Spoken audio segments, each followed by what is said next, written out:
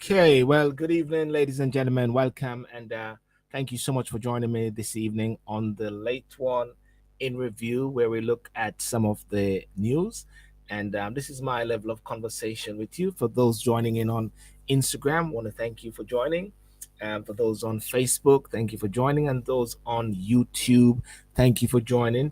And for those who want to interact, let's have some interaction as much as possible and look at some key news, which is in the news today, well, in the news for this week.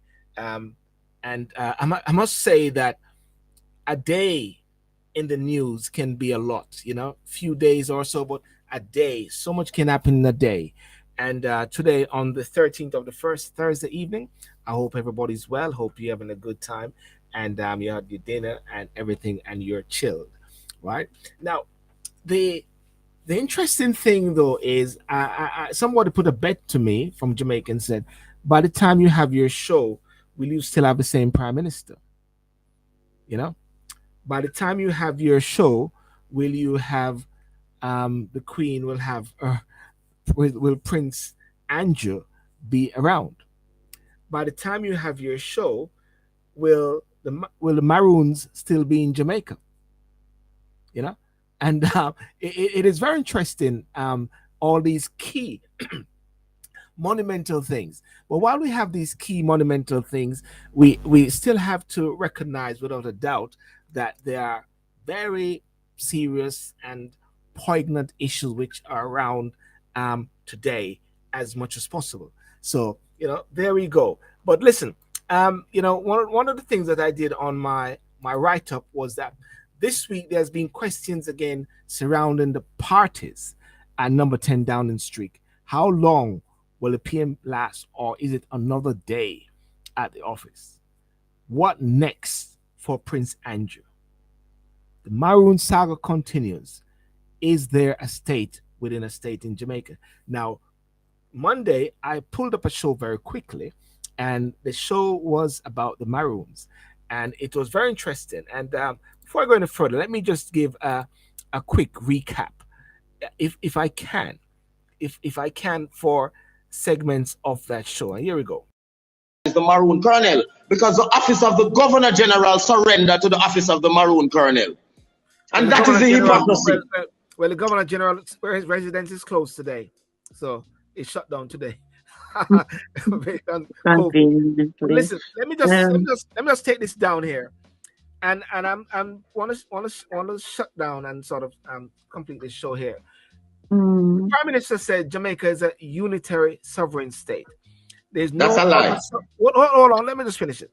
There's no other sovereign authority in Jamaica other than the government of Jamaica.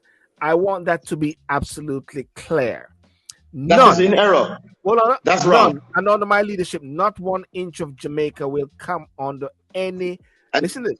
And under my leadership, not 1 inch of Jamaica will come under any. And he said 1 inch because he's trying to claim the land. That's why you're specifically saying that.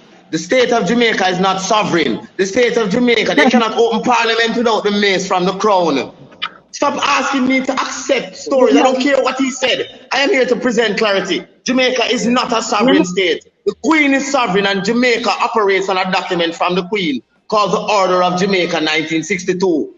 Jamaica is not sovereign. Jamaica is a part of the British Commonwealth owned by the Crown. And that is the illusionary understandings that people have.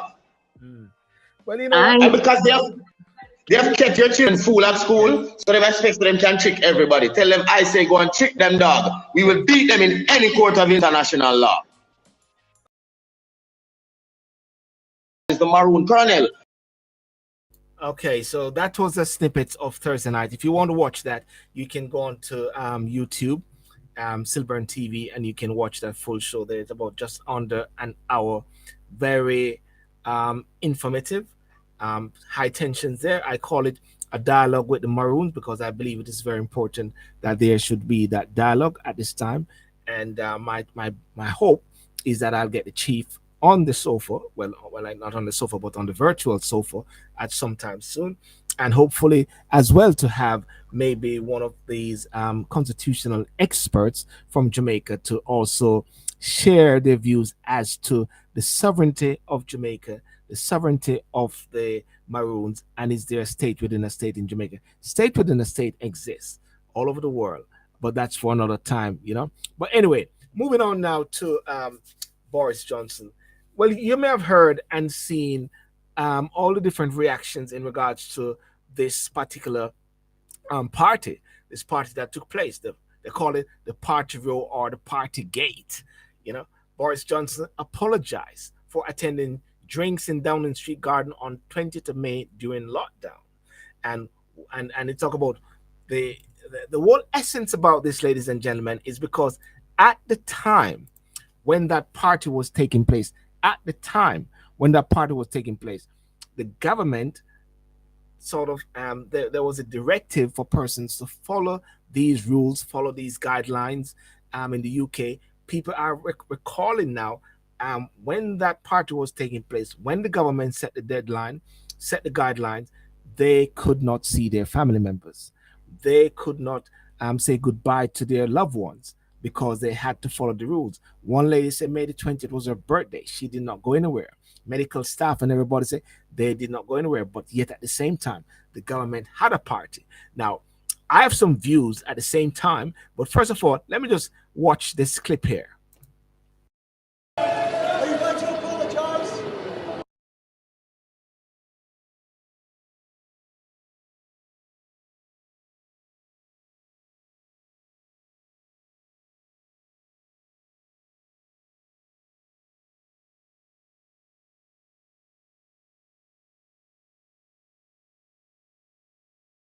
Mr. Speaker, I want to apologise. I know that millions of people across this country have made extraordinary sacrifices over the last 18 months. I know the anguish that they have been through, unable to mourn their relatives, unable to live their lives as they want or to do the things they love.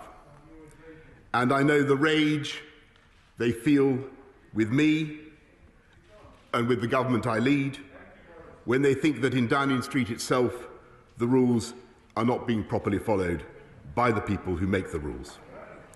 And though I cannot anticipate the conclusions of the current inquiry, I have learned enough to know that there were things we simply did not get right.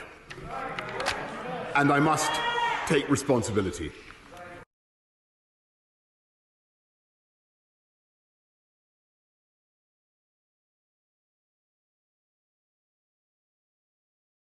Well, there we have it.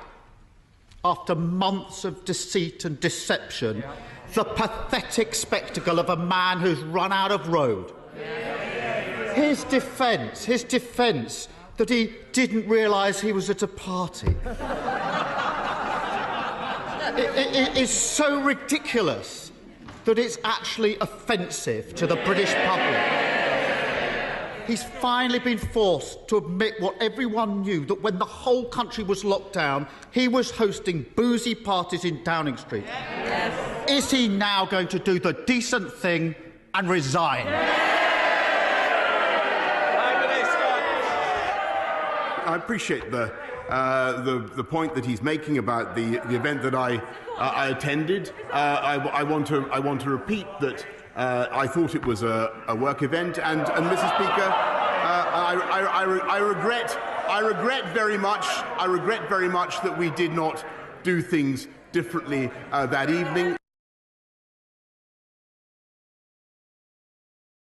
Can't the Prime Minister see why the British public think he's lying through his teeth?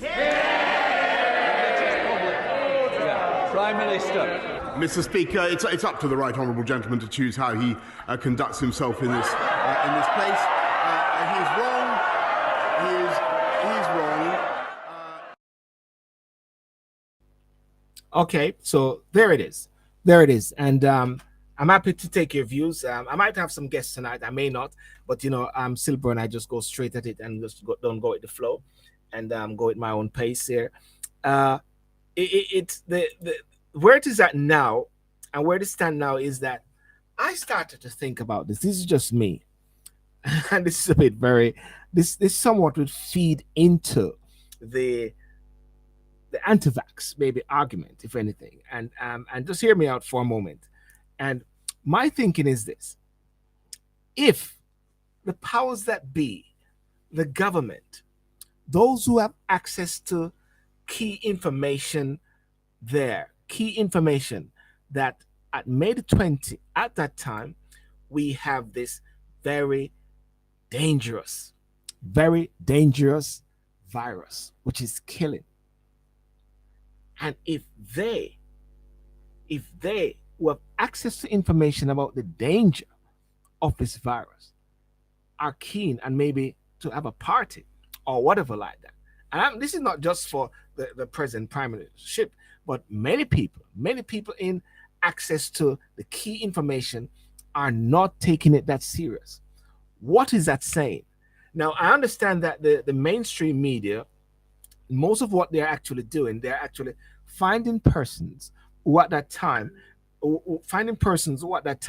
were actually upset because at that time they were in hospital.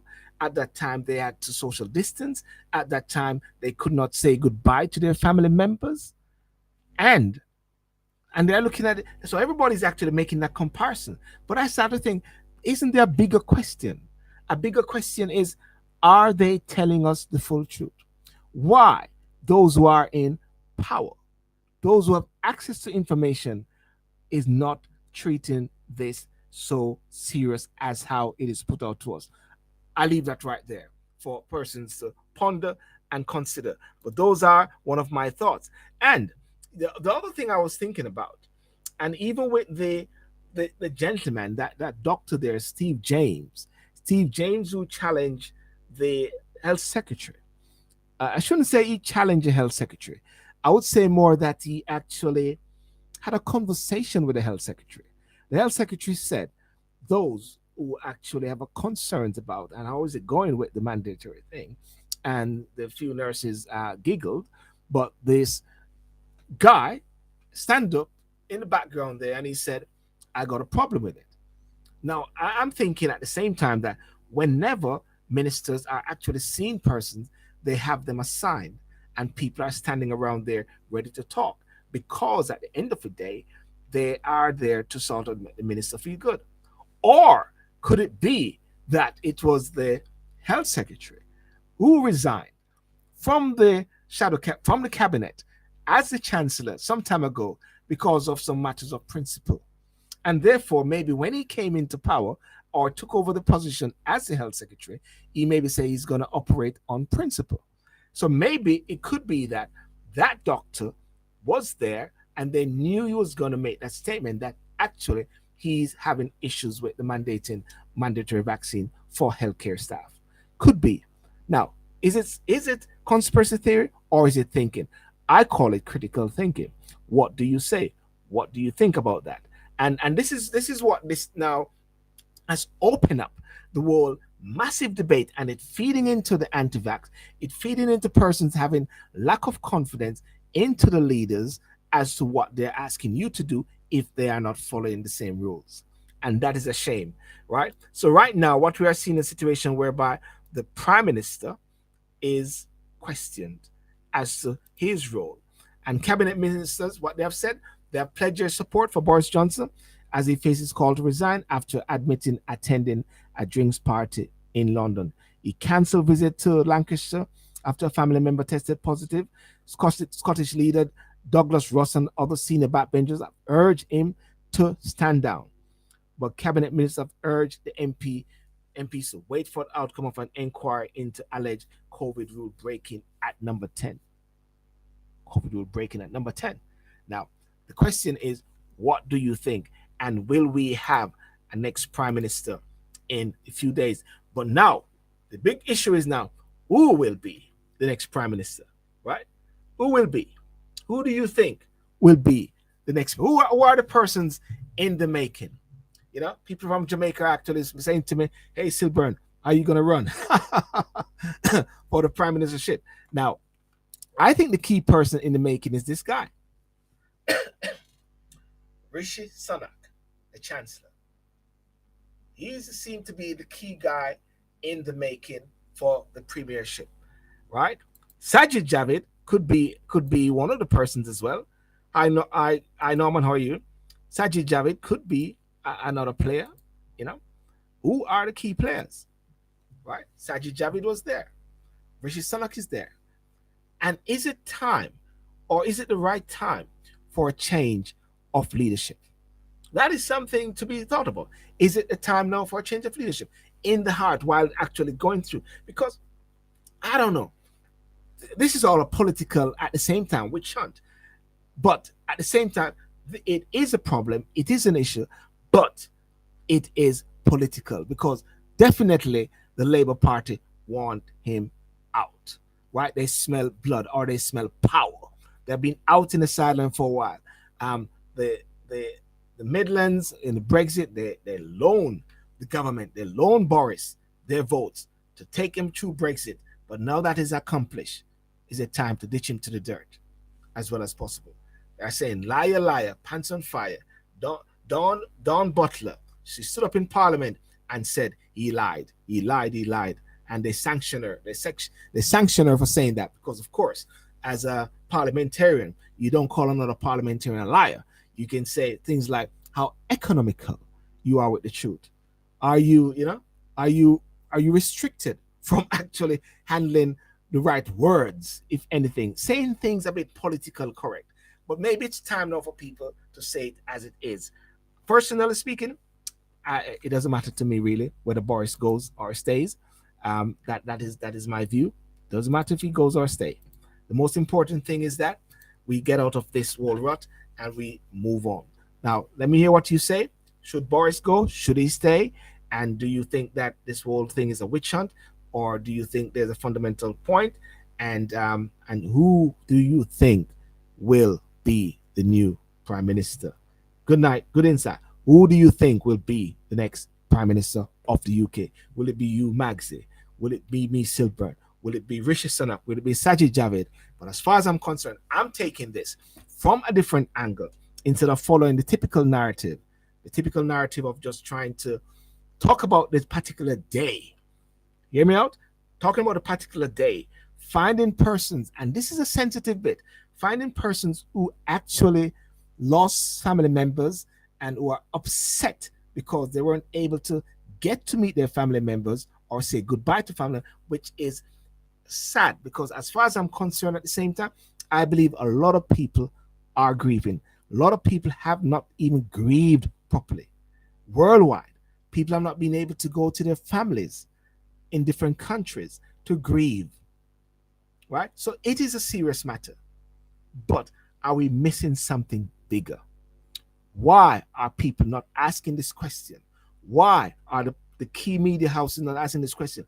If those who are in power, if those who have access to information, if those who know that this disease is serious, it is life-threatening, and it is killing off people, find it so easy to have a get-together, find it so easy to have a booze, a drink up. Why? Is it that they don't see it as that serious? You know? Why? Why? Because the other day that lady resigned, they were talking about, yes, we had a party, and was it social distance or not? And they laugh about it. It's like they know something that we don't do. And that is the question that I'm asking. Think. Don't follow the mainstream media. Follow Silburn TV. Yeah. So that's my thinking in regards to that. But anyway, let's move away from Boris Johnson now because at the end of the day, these guys are all right. Their goose is cooked. They're okay for life. They're financially okay. A lot of people out there in this world now, a lot of people in the UK are suffering or struggling because of the fact that they have not been able to have their jobs. Some people who are not able to work from home, they are struggling. So therefore, this is just what should I say? Nothing for these guys. Boris can just get up and say, "Oh, I can't bother with this, man. Let's go." And he's okay. They're okay. So let's not waste any breath over it. Let's just don't lose any sleep over this, ladies and gentlemen. Don't have any blood pressure over these things. Please don't. Take my word, right? Most important thing is look out after your family, look after yourself, get your mind inside, get your mind intact, and also seek different ways of creating income because that's what those guys are doing. Tony Blair, Quick Cash, David Cameron, all of them in power. I mean, I don't know if you've been following the news, but there's a Chinese dissident. They said there's a Chinese lady who has been infiltrating Parliament, and this lady actually gave over 500,000 donation to Barry Gardner, a senior MP, in a sense, in the opposition. And they said the Chinese are somewhat infiltrating.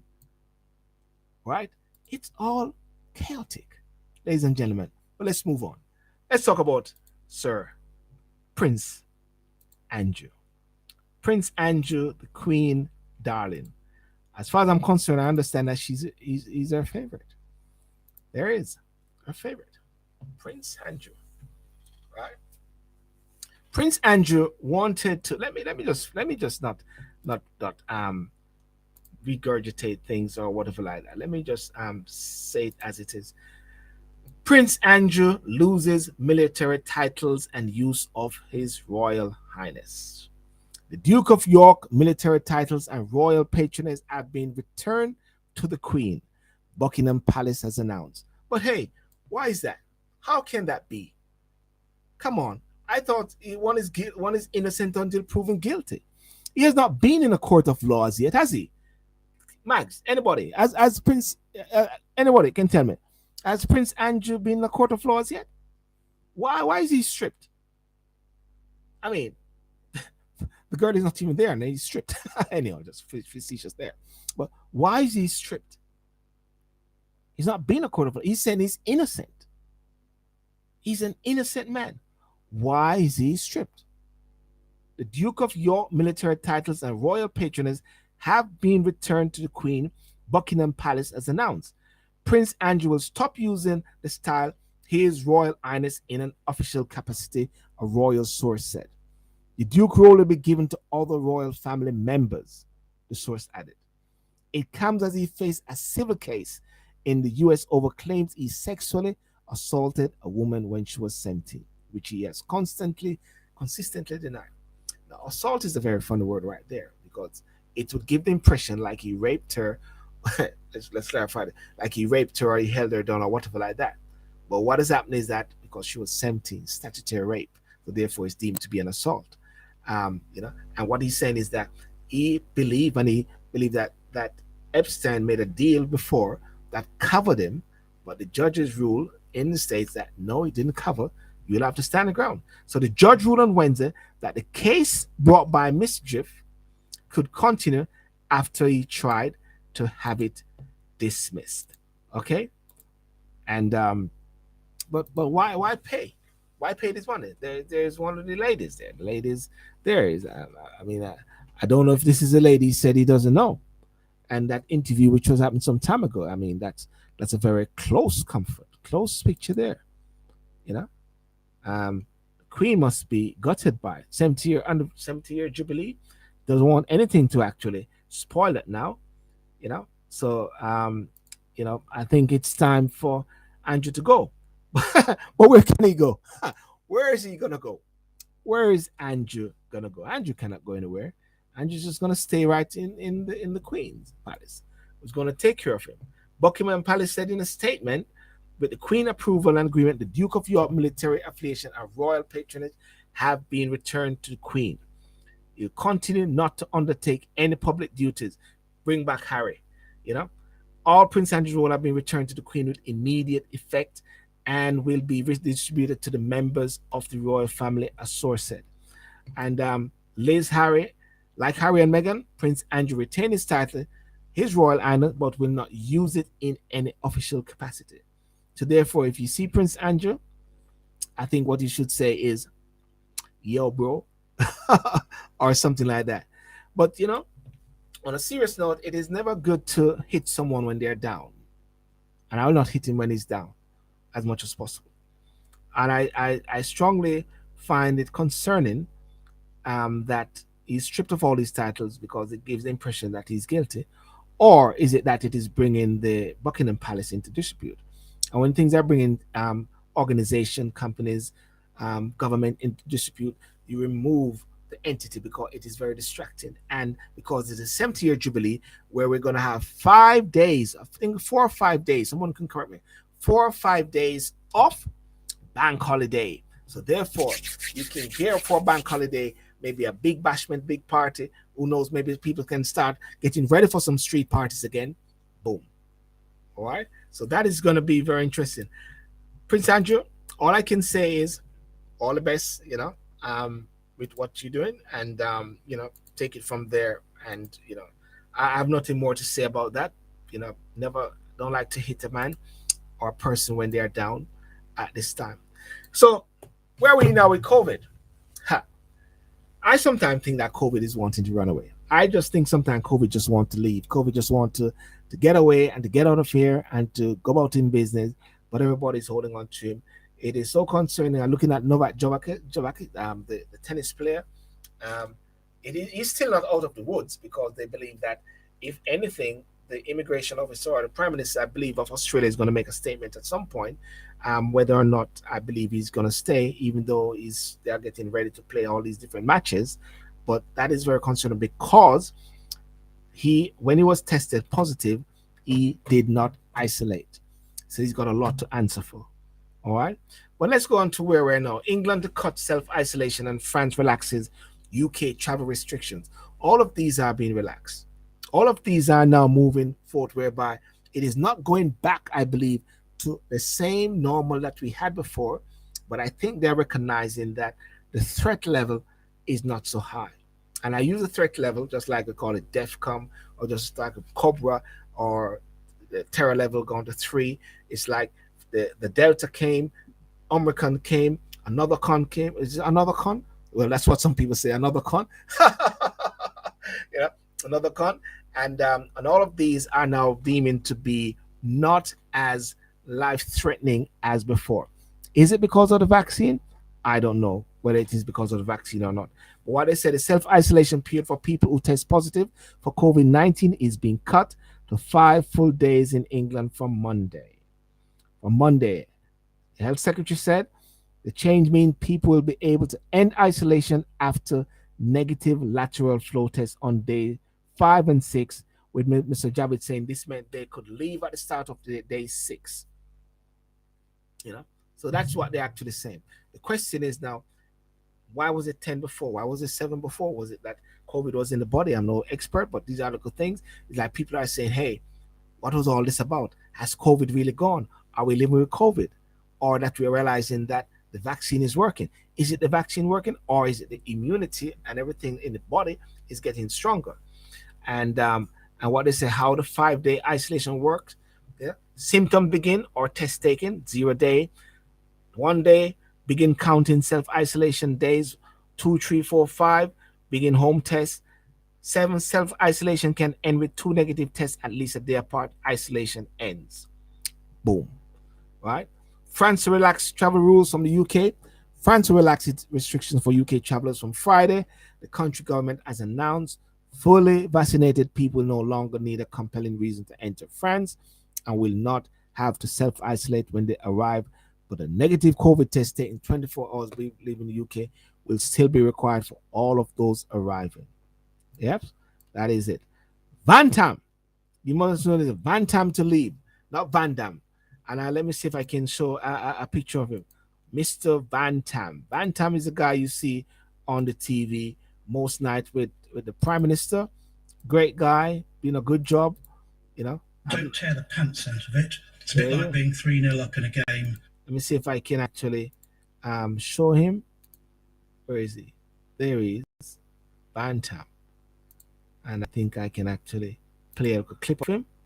Boom. And thinking, well, we can't possibly lose this now. I think the mum test is very important here. A bit like a football game where the strikers who score the wonder goals are the ones who make the headlines. Actually, the hard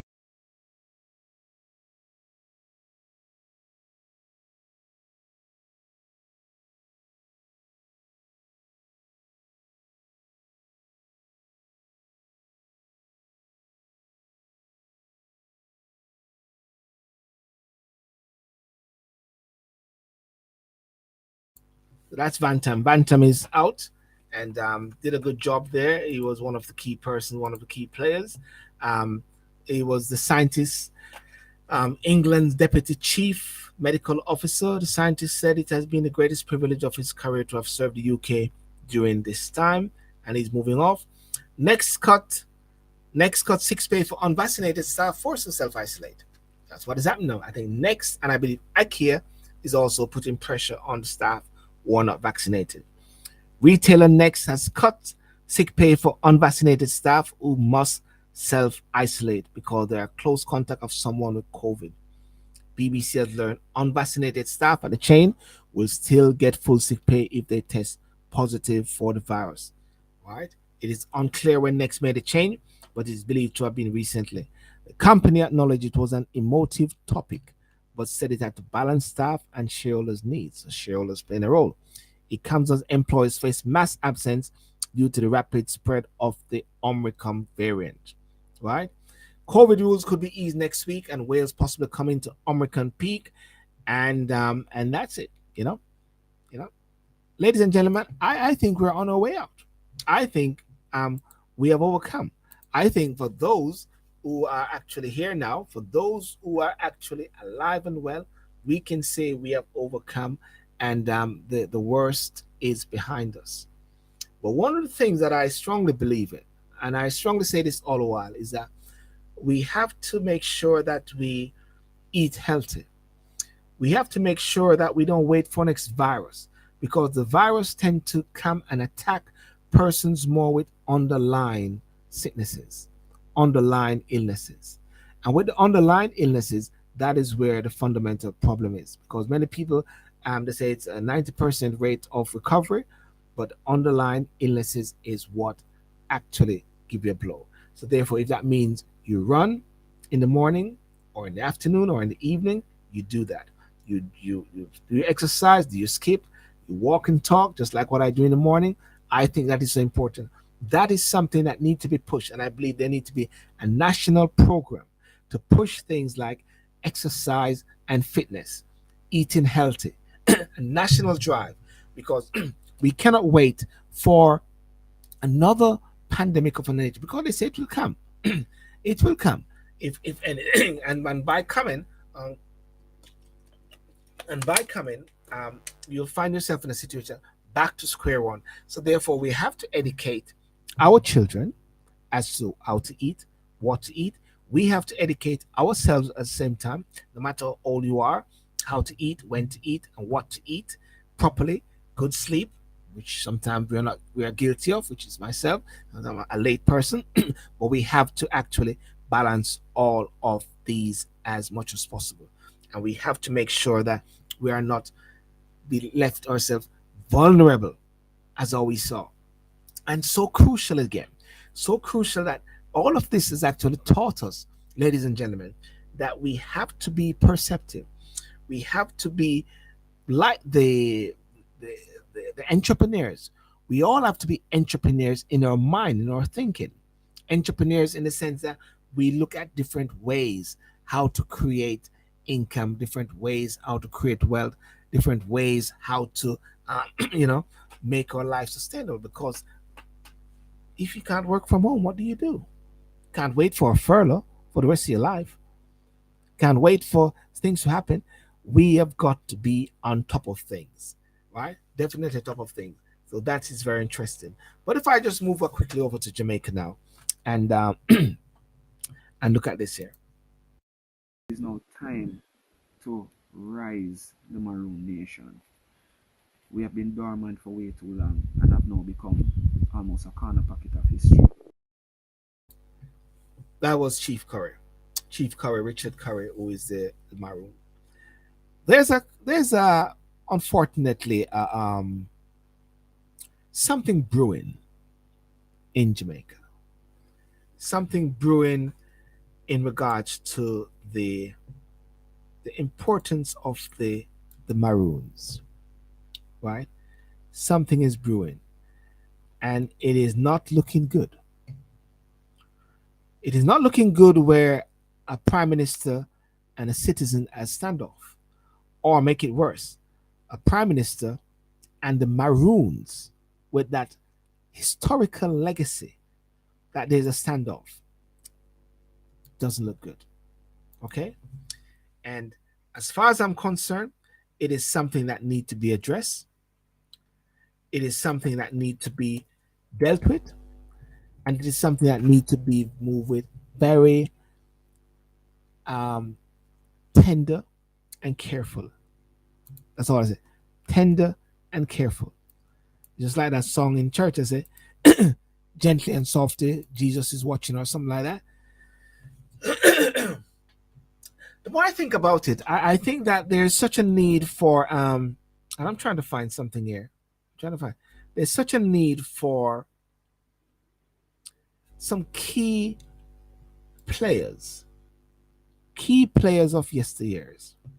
And the yesteryears I'm talking about, key players like the former Prime Minister Bruce Golding, key players like former Prime Minister PJ Patterson, key players like Trevor Monroe, key players. And I believe these key players can play a fundamental role in taking it out of the Prime Minister's hands. Yeah? Take it out of Andrew Holness's hands. And actually getting around the table and to deal with this as much as possible. History. History is crucial. You have his story and you have our story, right? And our story needs to come out, because there's one thing which needs to be addressed, and that's why I want to get Chief Curry. The bit that many people talk about, and Jamaicans are very, very, very brutal when it comes on to this. Jamaicans like to say, listen, those guys used to capture black people and give them back to the white man, right? They were traitors. It needs to be addressed, and a discussion needs to be about that.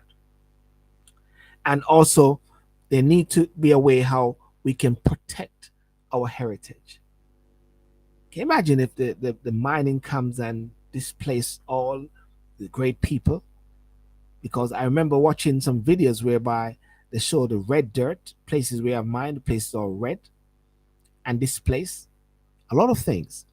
That is so important. So my appeal is to the likes of Bruce Golan, Burchell Whiteman, um, former Prime Minister P.J. Patterson, civil society, to come together, take it out of the hands of the Prime Minister. Because right now it's a very emotional with the whole thing, and people are saying that they get the impression that he owns Jamaica, and you know, and there's an argument that Jamaica is not a sovereign state. The Queen is the head because hey, there is a Governor General in Jamaica this time. Yes, there is a Governor General, even though the King's House was closed on the other day because of the there was some COVID breakout or whatever like that.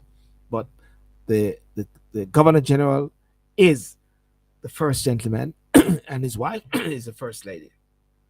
Now, I was looking at the treaty, and I don't know if you guys have actually seen the treaty.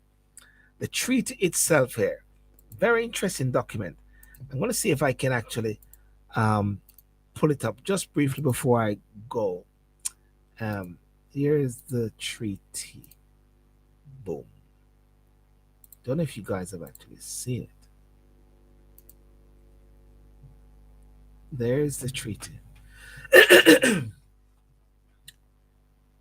Powerful.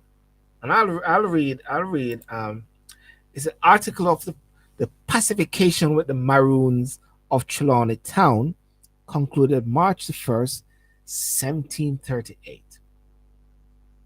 In the name of God, Amen. Whereas Captain Cudger, Captain Accompong, Captain Johnny, Captain Coffee, Captain Quaker, and several other Negroes. Their dependents and adherents have been in a state of war and hostility. And this is war, W-A-R-E, for several years past against our sovereign Lord the King.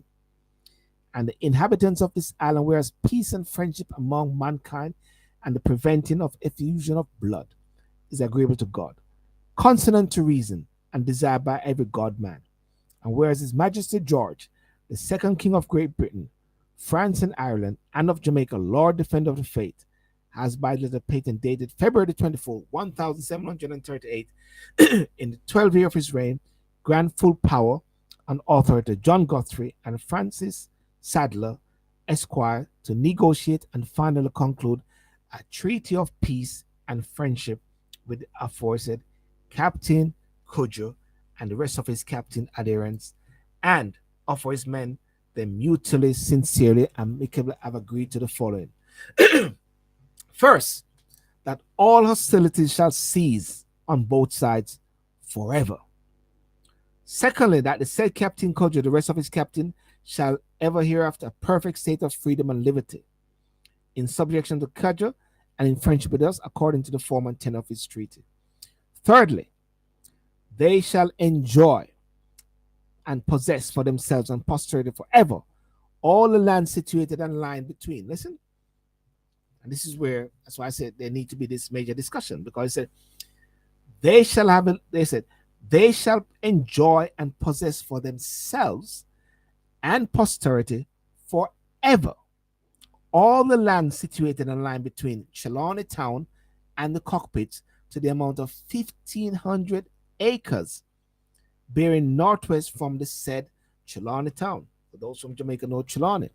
My father is from Jacksontown, Trelawney. My sisters used to go to Westwood, Clarkstown, Westwood High School. Fourthly, they shall have the liberty to plant the said land with coffee, cocoa, ginger, tobacco, and cotton, to breed cattle, hogs, goats, or any other flock, and dispose of the produce or increase of the said commodities to the inhabitants of this island. Right? Goes further. Captain Cudger and all the captain people in subjection of him shall all live together within the bounds of Trelawney Town, and that they have liberty to hunt. Right? Goes further, all the way down. And I'll finish the last one. Captain Cudger shall during his life be chief commander in Trelawney Town. After his decease, the command to devolve on his brother, Captain Accompong, and in case of his disease, on his next brother, Captain Johnny, and failing him, Captain Coffee, shall succeed, who is to be succeeded by Captain Quaker. And after all their demise, the governor or commander in chief for the time being shall appoint from time to time whom he thinks is fit for that command. And ladies and gentlemen, today it is Chief Richard Curry. Okay? Chief Richard Curry. And there it goes. I just want to leave it there. So that's why I said there is that need. Hi D, how are you? There's that need for this conversation to be had peacefully. Peacefully. And that's all I'm going to say. Just have the conversation peacefully and to let it be. Exactly. So, ladies and gentlemen, have a wonderful evening, and may God bless you. And thank you for joining me tonight on this In Review, which every Thursday night, I think my guest couldn't make it today, but hey, guess what? I share, and it'd be good for you to actually come on at different times, share your views. If you want to be a guest, feel free as well. But there's lots more things coming. Peace out. God bless you. Saturday night, Talk and Sip on YouTube right here. You join in. Okay? God bless you. Remember to like and subscribe to the Silburn Show on YouTube. I'm seeing a massive increase on my Instagram. A particular post, which is just talking about the blessings of God, and talk about Psalms 23, Psalms 91, and somehow it is taking traction so much. And I say it is a powerful and most motivational word ever. Psalms 23 and Psalms 91. Powerful. He that dwelleth in the secret place of the Most High shall abide under the shadow of the Almighty. Boom. Powerful. The Lord is my shepherd. I shall not want. He maketh me to lie down in green pastures. You know, powerful word. Surely goodness and mercy shall follow me all the days of my life, and I shall dwell in the house of the Lord. You know, powerful. He prepared a table before me in the presence of thine enemies. He anointed my head with oil. My cup runneth over. Surely goodness and mercy. Powerful. Is that a sign? Maybe I should just use all these words, these powerful words. You know, blessing God, the word of the Lord. Okay? Peace out. God bless you. And have a wonderful evening. Boom.